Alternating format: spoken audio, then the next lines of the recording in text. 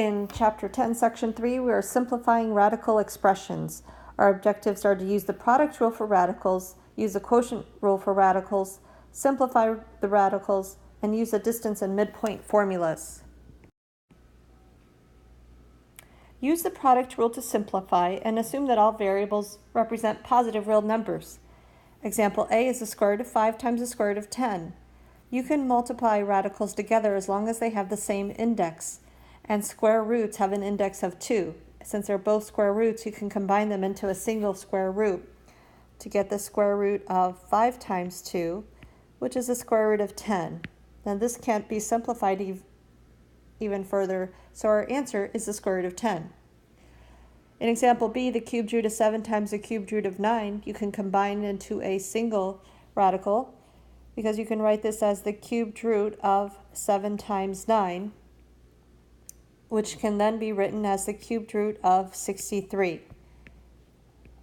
So we can write that as a single radical as long as the index of each radical is the same. In example C, we have the square root of 5x times the square root of 3y. Again, we can write this as a single square root, and we can multiply 5x times 3y. And when we simplify this, we get 5 times 3 is 15, x times y. So our answer is the square root of 15xy. In example D, we have the fourth root of 5x to the third times the fourth root of 4. We can combine these into a single radical because both of the indices are 4. So we can write this as the fourth root of 5x to the third times 4. And then we can combine the 5 and the 4. 5 times 4 is 20, x to the third. So our final answer is the fourth root of 20x to the third. Here we will use the quotient rule to simplify. Assume that all variables represent positive real numbers. Example A is the square root of the fraction 9 over 64. We can write this as the square root of 9 over the square root of 64. And since the square root of 9 is 3, since 9 is a perfect square, and the square root of 64 is 8. So our final answer is written as a fraction 3 over 8. In example B, we have the fourth root of the quotient x divided by 16 y to the fourth. So we can split this up into the fourth root of the numerator divided by the fourth root of the denominator, and we want to simplify if possible. In the numerator, the fourth root of x cannot be simplified, so we leave the fourth root of x in the numerator. And the fourth root of 16, you can simplify that. Since 2 to the fourth is 16, the fourth root of 16 is 2. And y to the fourth root of that will be y. So our final answer is a fraction with the fourth root of x in the numerator and 2y in the denominator. Example C, we have the cubed root of 2 divided by x over 9. In example C, we have the cubed root of 2 divided by 8x to the 9th. So let's split this up into two cubed roots, where we have the cubed root of 2 in the numerator and the cubed root of 8x to the 9th in the denominator. Now the numerator can't be simplified, so we're going to leave it as the cubed root of 2, but the cubed root of 8 is 2, because 2 to the third power is 8. And then the cubed root of x to the 9th is x to the third power. And this is our final answer as a fraction with the cubed root of 2 in the numerator and 2x to the third in the denominator.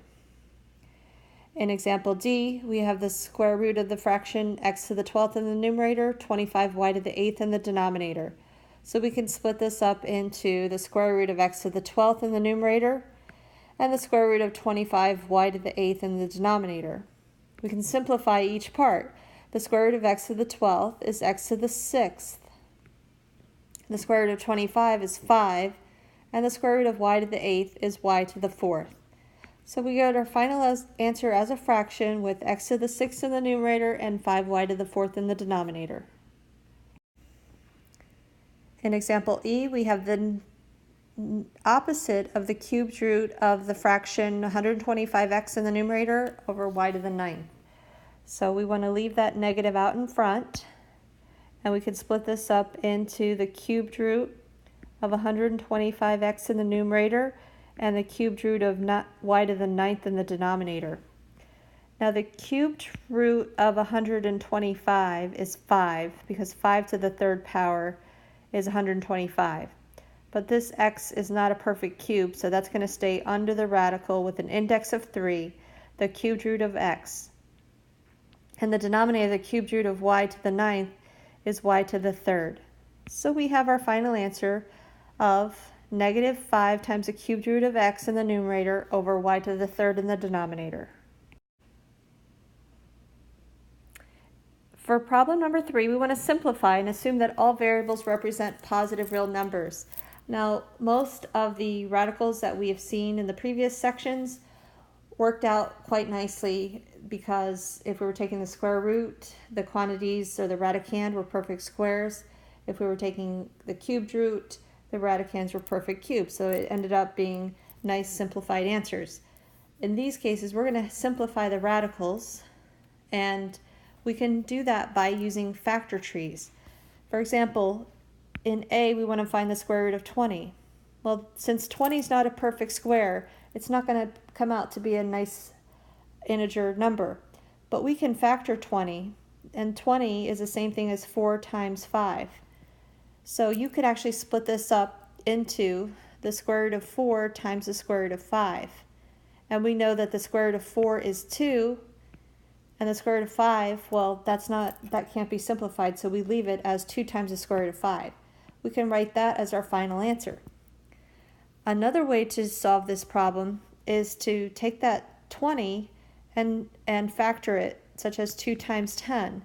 But neither one of those is a perfect square, so we want to factor even further because we know 10 is 2 times 5. Now when you're taking square roots, you want to take out perfect squares or pairs of factors that are the same. So we can then combine those two pairs that are alike into a radical 4 times 5, and then you can split it up like we did before, so the answer is 2 square root of 5. Let's look at example B. The square root of 48, since 48 is not a perfect square, we're not going to get a nice whole number for our answer, but we can use a factor tree to simplify. 48 is the same thing as 6 times 8, but neither one of those are perfect squares, so we can factor even further. 6 is 3 times 2, and 8 is 4 times 2. Well, we can see that 4 is a perfect square, but 2, 2, and 3 are not perfect squares, but these 2's come in pairs. So that is definitely going to simplify, but we want to be able to rearrange this in another way. We can write this as 3 times that 2 times this 2 is 4, 3 times 4 times 4, or 3 times 16. And then you can break this up into the square root of 3 and the square root of 16 to get our answer of 4 times the square root of 3. Okay, so by using the factor tree, we can break it down into something that is a perfect square, and the part that's left over is not a perfect square. That's going to stay under the radical. Anything that's a perfect square factor is going to simplify and come out in front. Let's look at example C. The square root of 16x squared. Well, we know the square root of 16 is 4, and the square root of x squared is x. In this case, our final answer, we just get 4x. Let's simplify the square root of 90x to the 7th, y to the 8th. Since we're taking the square root, we want to factor out perfect squares. The square root of 90 can be written as 9 times 10, and I know 9 is a perfect square, so that can be simplified. X to the 7th, well, when we take square roots of even powers, that's going to work out nicely, but with an odd power, we can break that up, that x to the 7th, make it an x to the 6th times x, and leave the y to the 8th. And then we could write this as anything that's a perfect square, we can write that out in front, and anything that's not part of a perfect square, we're going to leave under the radical. Since 9 is a perfect square, we're going to leave that, we're going to pull that out in front. But 10 is not a perfect square, we're going to leave that under the radical. X to the 6 is a perfect square, but this x is not. That's going to stay under the radical. Y to the 8th is a perfect square. So by simplifying this first one, the square root of 9 is 3. The square root of x to the 6 is x to the 3rd. And the square root of y to the 8th is y to the 4th. So we factored out all the perfect squares, and we pull that out in front of the radical sign. And anything that's not part of a perfect square is going to be left underneath the radical. So our final answer is 3x to the 3rd, y to the 4th, times the square root of 10x. In example F, we want to factor out perfect cubes. We could begin with using a factor diagram. Since 54 can be written as 9 times 6, neither one of those are perfect cubes, but 9 can be written as 3 times 3, and 6 can be written as 3 times 2. Now when you're trying to simplify cubed roots, you're taking out triple factors. And so one way we can look at this is the cubed root of these 3 factors of 3. We'll be able to combine those. 3 times 3 times 3 is 27 times 2. So then we could write this as the cubed root of 27 times the cubed root of 2. And the cubed root of 27 is 3. So that's going to eliminate that cubed root. And then what is not part of a perfect cube, that 2 is going to stay underneath the radical. So our answer, the cubed root of 54, simplifies to 3 times the cubed root of 2. In example G, we have the cubed root of x to the 4th. Here we're trying to factor out perfect cubes, but x to the 4th is not a perfect cube, but it can be split into x to the 3rd times x. So then we could write this as the cubed root of x to the 3rd times the cubed root of x. And the cubed root of x to the 3rd is x. And this was not part of a perfect cube, so that's going to stay underneath the radical. So our final answer is x times the cubed root of x. In example I, we want to simplify the 5th root of negative 32x to the 4th, y to the 10th. To simplify this, we can look at the factors, and we want to take out perfect 5th powers. Negative 32 is the same thing as negative 2 to the 5th power. X to the 4th is not a perfect 5th power, so we can kind of leave that alone. And y to the 10th is a perfect 5th power. So we can group these so that we have the ones that are perfect 5th powers, such as negative 2 to the 5th and y to the 10th. I'm going to bring that out in front. And then the 5th root of the part that's not a perfect 5th power is x to the 4th. So when we simplify this, the 5th root of negative 2 to the 5th is negative 2. The 5th root of y to the 10th is y to the 2nd times the 5th root of x to the 4th. So anything that is a perfect power of 5, that's going to come out in front, and that's the negative 32 and the y. And then this x to the 4th was not part of a perfect 5th power, so that stays underneath the radical.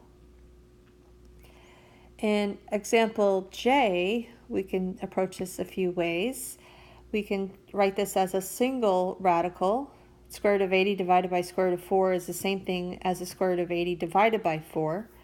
And then we can simplify this. We could take 80 divided by 4, which is 20, and then we could use a factor tree for 20, and we know 20 is 4 times 5. So this could be written as the square root of 4 times the square root of 5. Square root of 4, that 4 is a perfect square, so we can write this as 2 times the square root of 5 as our final answer simplified. You could also factor square root of 80, simplify that in square root of 4, keep a 2 in the denominator, and then it'll simplify to 2 radical 5. In example K, we have the cubed root of 81 over the cubed root of 3. We can write this as a single cubed root of 81 over 3. And since 81 divided by 3 is 27, this is the same thing as cubed root of 27. And the cubed root of 27, since 27 is the same thing as 3 to the third power, we can say our answer is simply 3.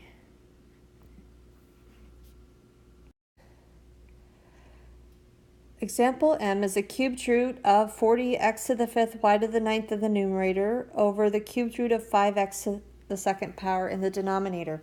We can write this as a single radical. The cubed root of this fraction, 40x to the 5th y to the 9th in the numerator over 5x to the 2nd in the denominator. Let's simplify what's underneath the radical. And looking at 40 and 5, 40 divided by 5 is 8. X to the 5th divided by x to the 2nd. Since we can use the quotient rule here, we can subtract the exponents to get x to the 3rd power, y to the 9th power. And then you could take the cubed root of each of those in the radicand. So the cubed root of 8 is 2, the cubed root of x to the 3rd is x, and the cubed root of y to the 9th is y to the 3rd. So our final answer, 2xy to the 3rd.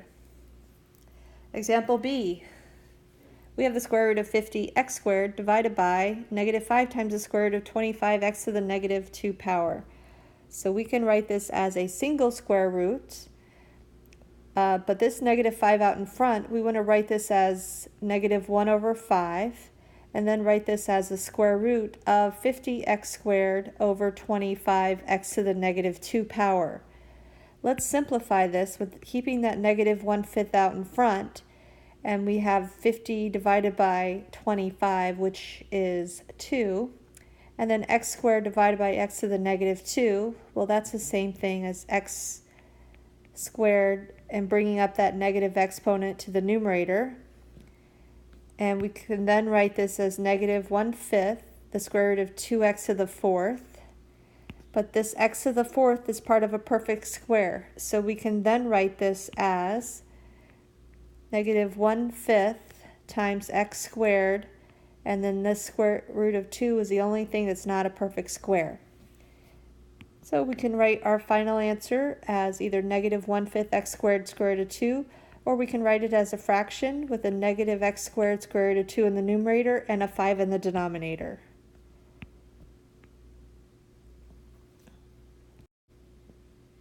In the next set of problems, we're going to be looking at finding the distance between each pair of points. In example A, we have the point 2, 3 and negative 2, 6. We want to find the distance between these 2 points. You can see that I've sketched them on the piece of graph paper. The distance formula is derived from the Pythagorean theorem and can be used to find the distance between 2 pairs of points. So by using the distance formula, our first point we can assign x1 and y1, and our second point we can assign x sub 2 and y sub 2. And then we would simply plug it into each part of the distance formula. So the distance between these 2 points is calculated using x2 minus x1, in other words, negative 2 minus 2, that quantity squared, plus y2 minus y1, 6 minus 3, that quantity squared. So the distance, when you simplify it, negative 2 minus 2 is negative 4 squared, plus 6 minus 3, that quantity squared. When we simplify it even further, we do the squares first to get 16 plus 9. Add those before you take the square root to get the square root of 25. So our distance simplifies to 5. So what that means is we have found the distance between those 2 points, and that corresponds to a right triangle. That's why the formula is derived from the Pythagorean theorem. Because we have a triangle where this leg is 3 units long and this leg is 4 units long, and then we have a hypotenuse, which is the distance of 5 units long. Let's look at example B and apply the formula, where 5, negative 7 is our x1 and y1, 2, negative 1 is our x2 and y2. By using the distance formula, we get x2 minus x1, that's going to be 2 minus 5, that quantity squared, plus y2 minus y1, which is negative 1 minus a negative 7 squared. when we simplify what's in the parentheses first, we get -3 quantity squared plus this minus the negative becomes a positive 6 squared. Continue to simplify doing the powers next to get 9 plus 36, and then we can add those before we take the square root so that our answer is the square root of 45. You can approximate this with a calculator to be about 6.708 units long. So our two distances are 5 for the first 2 points and 6.708 or square root of 45 for the next 2 points. Again, if you look at the diagram here, that this distance here is 3 units and this distance here is 6 units. So it makes sense that using the Pythagorean theorem, leg squared plus leg squared is equal to hypotenuse squared, that this distance is the square root of 45. For these questions, we are finding the midpoint of each line segment whose endpoints are given. We will be using the midpoint formula. The midpoint gives you coordinates of a point with x values and y values.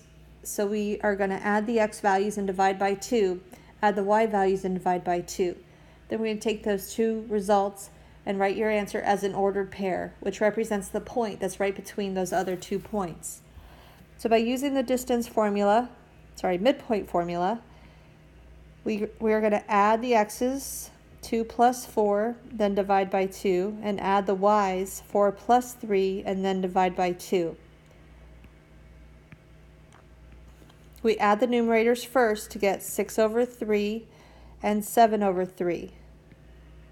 6 over 2 and 7 over 2. And then by simplifying, 6 over 2 is the same thing as 3. 7 over 2 we can leave as a fraction or we can write as a decimal, 3.5. So if one of those points, it makes sense that one of those points is 2, 4, located here on the graph paper. The other point is 4, 3, located here on the graph paper. Then your midpoint is halfway between 3 units in the x direction, 3.5 units in the y direction. So we have found our midpoint. In example E, we have our coordinates -3/4, -1 for the first point, -3/2, -1 for the second point, and those 2 points are displayed here on the graph paper, -3/4, 1, -1, and -3/2. So I've used a quarter to represent each unit on the x and y direction.